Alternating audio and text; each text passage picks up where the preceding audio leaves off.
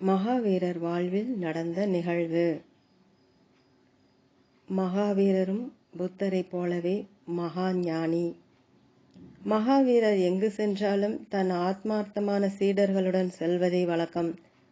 மகாவீரரும் ஒரு இடத்தில் தங்காமல் தொடர்ந்து பயணம் செய்து பிக்ஷை கிடைக்கும் இடத்தில் அதை ஏற்று உண்டு வாழ்பவர்கள். அவரது சீடர்களில் ஒருவர் அவருடனே வாழ்ந்து அவருடனே செல்பவர் என்றாலும் அந்த சீடருக்கு அவர் மீதும் அவர் கொண்டுள்ள அபார திறமைகள் மற்றும் சக்திகள் மீதும் சிறிதும் நம்பிக்கை இல்லாதவர். உடனிருந்தே கொல்லும் விஷம் போன்றவர் என்றே கூறலாம். மகா ஞானியான மகாவீரர் அறியாதது ஒன்றும் இல்லை. தான் சீடரை பற்றி நன்றாக தெரிந்தும் அவரை ஒன்றும் கூறாமல் தன்னுடனே வைத்திருந்தார். பிரபஞ்ச சக்தியானது மகாவீரர் தம் பெருமை உலகம் அறிய வேண்டும் என்பதற்காகவே அப்படி ஒரு சீடரை ஞானியோடு சேர்த்திருந்தது. பொதுவாகவே ஞானிகள் தாம் எவ்வித சக்தி பெற்றிருந்தாலும் உண்மையை தரிசித்திருந்தாலும் தேவை என்று ஒன்று வராமல் அதை உலகிற்கு சொல்லவும் மாட்டார்கள், வெளிப்படுத்தவும் மாட்டார்கள். அதனால் இறைவன் அவர்கள் மகிமையை உலகம் உணர்ந்து உய்ய வேண்டும் என்ற நோக்கில் பல செயல்களை ஒரு விளையாட்டாகவே நடத்தி காண்பிக்கிறான். அப்படி ஒரு நிகழ்வுதான் இதுவும்.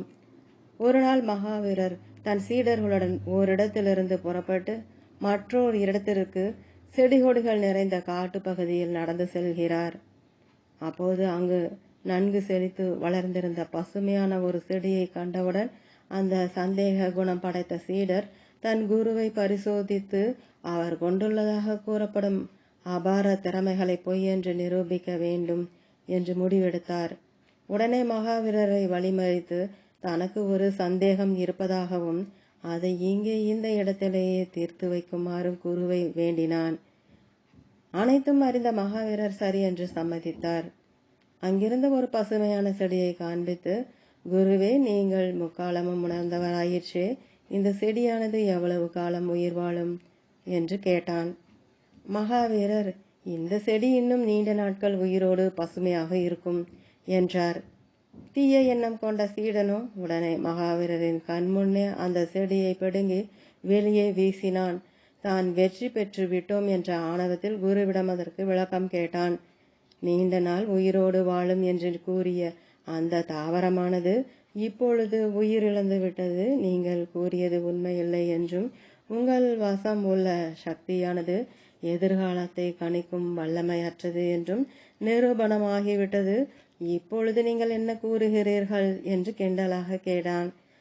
ஞான வாயிலை கடந்துவிட்ட மகான் ஞானிகள் சாதாரண மனிதருக்கு உள்ள கோபம், பயம், பொறாமை ஆகிய தீய குணங்களை அடியோடு மாய்ந்து போகும்படி செய்தவர்கள். எந்த ஒரு கோபமான சூழ்நிலையிலும் தன்னிலை மாறாத நிதானத்தை கொண்டு விளங்கும் சாந்த ஸ்வரூபம் உடையவர்கள். மன சமநிலையே யோகத்தின் அடிப்படை தேவை. எண்ணற்ற யோகிகள் இவ்வுலகில் இருப்பினும் ஒரு சிலர் மட்டுமே ஞான வாயிலை கடந்து ஞானம் எனப்படும் அரிய இடத்தை பெறுகின்றனர்.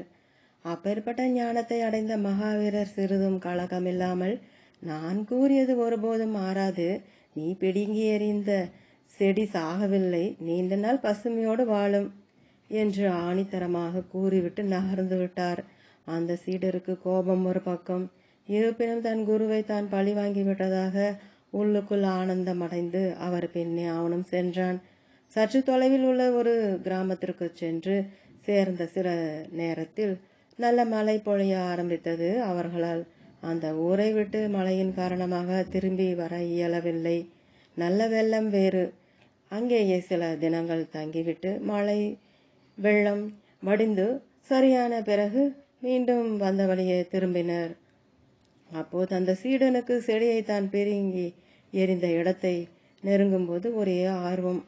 பிடுங்கி எறியப்பட்ட செடி இந்த மழை வெள்ளத்தில் இருந்த இடம் தெரியாமல் போயிருக்கும். தன் குரு கூறியது உண்மை இல்லை என்பதை அனைவருக்கும் தெரிந்து கொள்ளும் நேரம் நெருங்கிவிட்டது என்று ஆவலோடு இருந்தான்.